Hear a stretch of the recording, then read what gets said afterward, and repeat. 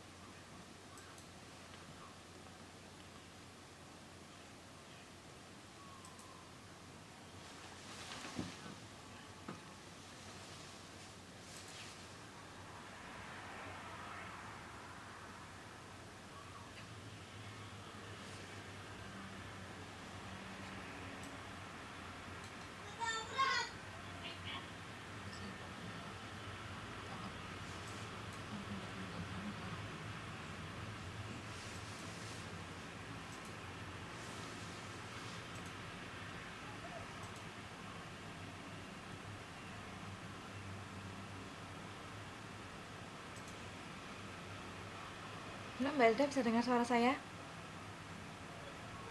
Halo Mbak Elda?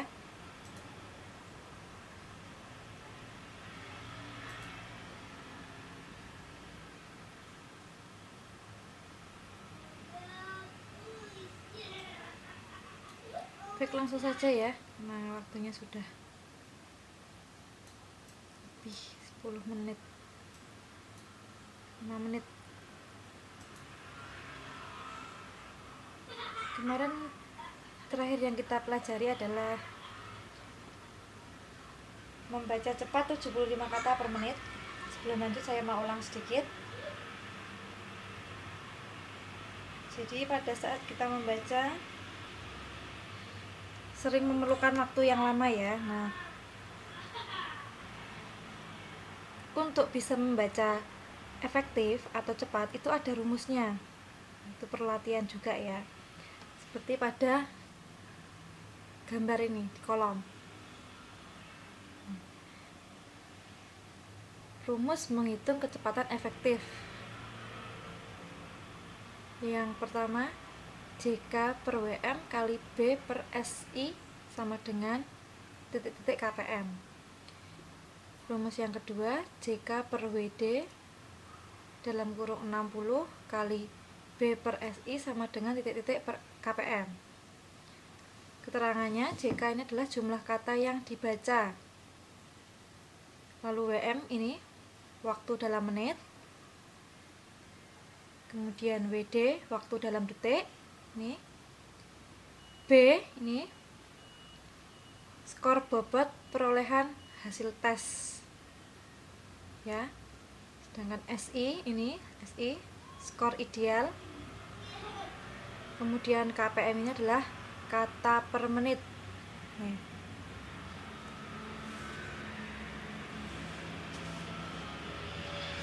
Ini contohnya, contoh menghitung kecepatan efektif membaca. Sinta dapat membaca 300 kata dalam waktu 3 menit dan dapat menjawab 8 soal dengan benar dari 10 soal. Berapa kecepatan Sinta membaca? Jawabnya, kecepatan efektif membaca Sinta adalah 80 kpm. Dari mana? Nih, cara menghitungnya seperti ini.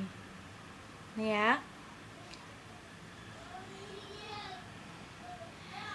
1 JK per WM kali B per SI. Tadi JK adalah jumlah kata yang dibaca. Jumlah kata yang dibaca tadi ada 300 kata. Kemudian WM ini adalah waktu dalam menit, 3 menit. Dikali B adalah skor dari Sinta tadi 8.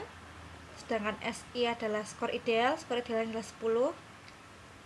Jadi 300 per 3 kali 8 per 10 sama dengan 80 kpm. Jelas ya sampai situ? Kemudian selain berlatih agar dapat membaca dengan efektif,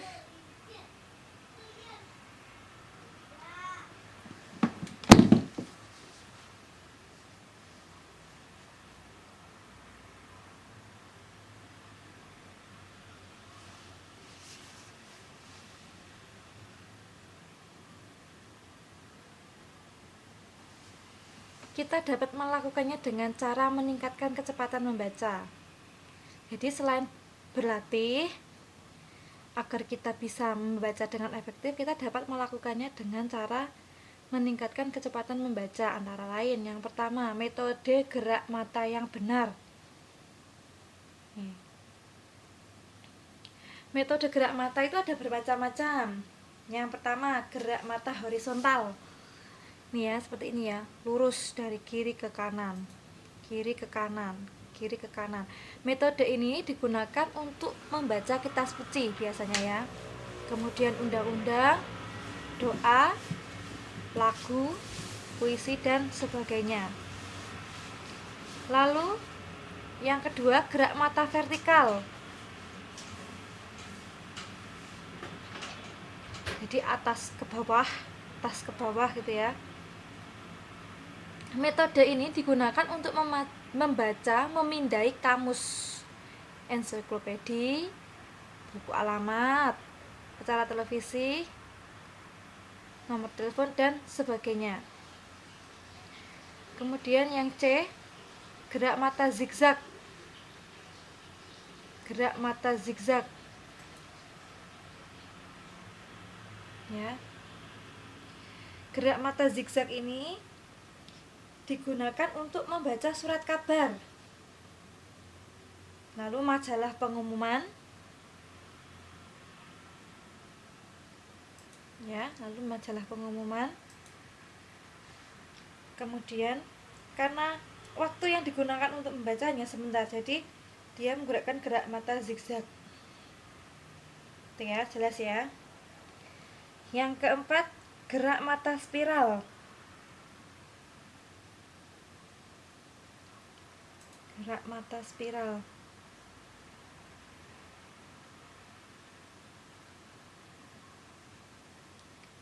Gerak mata spiral.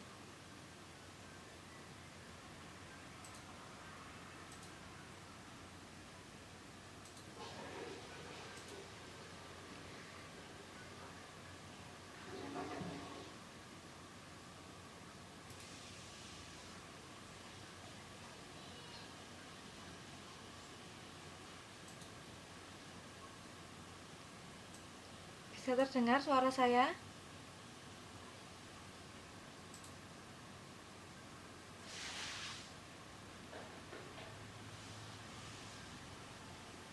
Metode gerak mata ini menemukan gagasan utama. Biasanya gagasan utama terletak di awal paragraf atau akhir paragraf.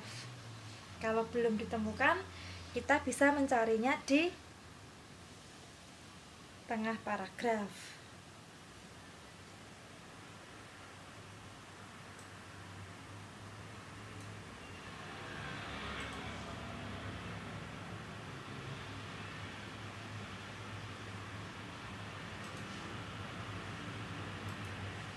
Sampai sini ada yang mau ditanyakan?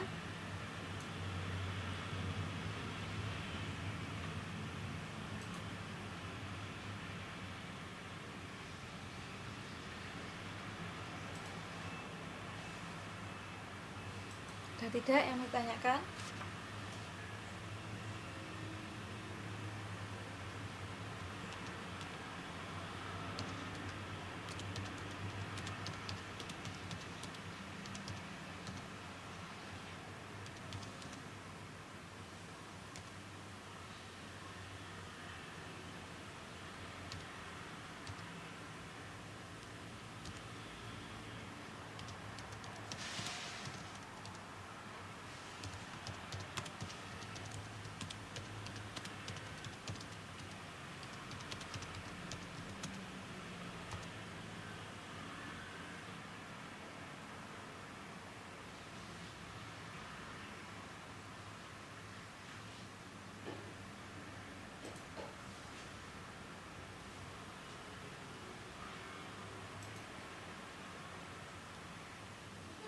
Ya, ini dia. Lalu yang kedua, tadi yang pertama ya. Yang pertama tadi yaitu metode gerak mata yang benar. Lalu yang kedua, menghilangkan kebiasaan membaca dengan bersuara. Jadi kita membaca dalam hati saja. Itu membantu untuk membaca lebih efektif. Lalu yang ketiga, tidak mengulang-ulang kata yang belum jelas, terutama kata-kata asing. Jadi tidak perlu diulang-ulang kira-kira yang belum jelas atau kata-kata asing. Lalu yang keempat, meningkatkan konsentrasi. Nah, ini dia, bisa kita coba untuk membaca.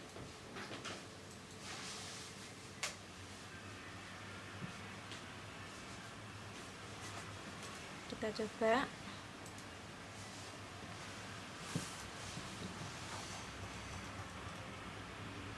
Bentar, ini sedikit lambat ya. Lambat. Baik, saya coba. Maaf sebentar, lambat. Ya.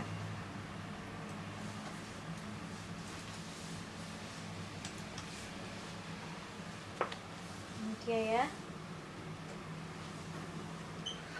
Coba kita hitung. Kira-kira berapa menit saya membaca sampai dengan selesai. Jadi kalau ini tidak perlu intonasi ataupun memperhatikan tanda baca ya. Ya diperhatikan, tapi tidak terlalu penting, karena yang kita inginkan adalah kita bisa membaca efektif. Seperti tujuan pembelajaran kita, yaitu bisa membaca teks dengan kecepatan 75 kata per menit ya. Baik, langsung saja saya akan coba bacakan kira-kira berapa waktunya yang saya perlukan untuk membaca sebuah cerita ini. Bagaimana eskalator berjalan? Pada suatu akhir pekan, Wildan dan Syamil membantu ibu membawa barang-barang belanja dari sebuah supermarket. Mereka masing-masing menenteng sebuah kantong belanja dan kini berlomba-lomba meniti tangga berjalan. Ingin menjadi orang pertama yang tiba di lantai atas. Segera saja badan mereka terhuyung-huyung karena saling berebut naik. Hati-hati melangkah sayang, dan jangan bermain-main di tangga berjalan. Bisa tergelincir nanti. Ibu memperingatkan mereka berdua. Wildan dan Syamil sangat henti bermain. Sesuai dengan namanya, tangga berjalan itu selalu bergerak, karena itu anak-anak dilarang keras bermain-main, dorong-mendorong dan saling berebutan melangkah. Tubuh kalian bisa kehilangan keseimbangan, tergelincir, terjepit, atau bahkan jatuh. Nah, paham tidak? Tegas ibu. Paham, Bu, jawab Wildan dan Syamil kompak. Mereka berdua kini berdiri tenang di tengah tangga, namun mata Wildan tampak serius memperhatikan anak tangga yang dipijaknya.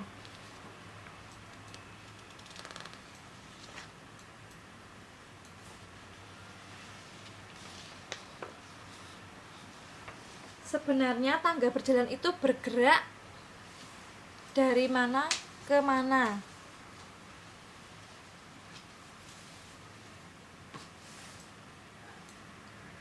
Si Bu kok muncul dari balik lantai dan menghilang lagi ke balik lantai.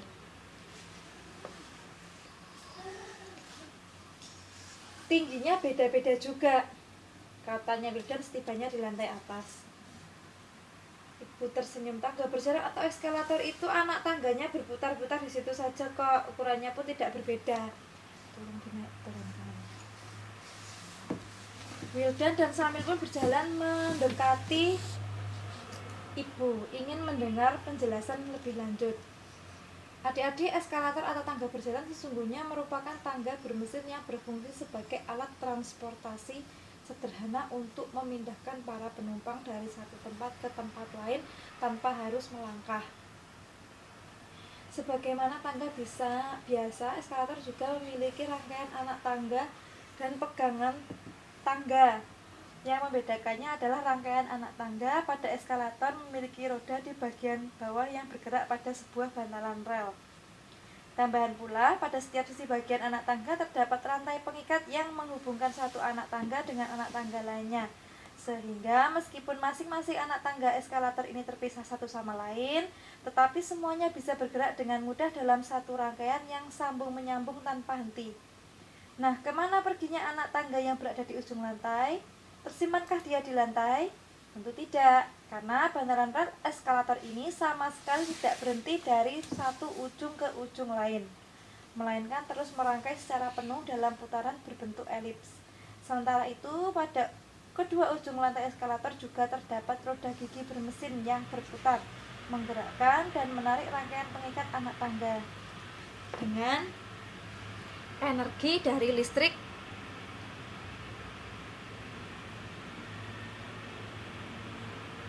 Kedua roda gigi di setiap ujung lantai ini akan terus-menerus menarik rangkaian anak tangga beroda untuk bergerak melintasi putaran rel berbentuk elips yang sebagian di antaranya tidak tampak oleh kita karena berada di bagian dalam lantai. Jadi anak tangga yang masuk pada ujung lantai sebenarnya tidak menghilang, ia hanya tengah bergerak di sisi dalam lantai dan akan terus bergerak hingga muncul kembali pada ujung awal lantai. Kalau adik-adik masih penasaran, pada beberapa gedung di Jakarta, sisi dinding eskalatornya tidak dilapisi tembok, melainkan kaca tembus pandang.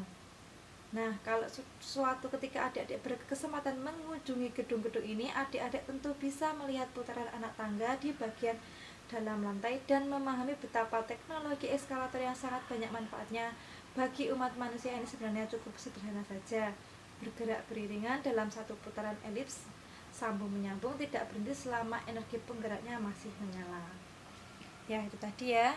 Setelah saya beri waktu, ternyata dalam membaca satu cerita ini saya membutuhkan waktu 5 menit untuk membaca. Karena waktu kita tinggal 3 menit lagi dalam pembelajaran ini, sebetulnya saya ingin meminta salah satu dari teman-teman untuk membaca, lalu kita hitung berapa kecepatan membaca teman-teman. Tapi karena waktu tidak memungkinkan, waktu kita sudah tinggal 3 menit, saya rasa kita sudahi dulu ya. Mungkin besok latihan. Baik, sebelum saya tutup, apa yang kita pelajarin kali ini yaitu tentang membaca cepat 75 kata per menit. Ya, membaca cepat 75 kata per menit. Dalam membaca cepat ini, selain kita menghitung kecepatan efektif membaca, ada juga cara meningkatkan kecepatan membaca. Tadi antara lain metode gerak mata yang benar, yang kedua menghilangkan kebiasaan membaca dengan bersuara, yang ketiga tidak mengulang-ulang kata yang belum jelas maknanya, terutama kata-kata asing, yang keempat meningkatkan konsentrasi. Itu ya yang kita pelajari tadi. So, kita lanjut kembali insyaallah, dan saya harap kita besok bisa latihan. Jadi salah satu teman-teman saya minta untuk membaca, lalu kita hitung kecepatan membacanya. Baik, sekian dulu dari saya. Sebelumnya kita tutup dulu pembelajaran kita kali ini dengan berdoa bersama-sama. Berdoa saya persilahkan.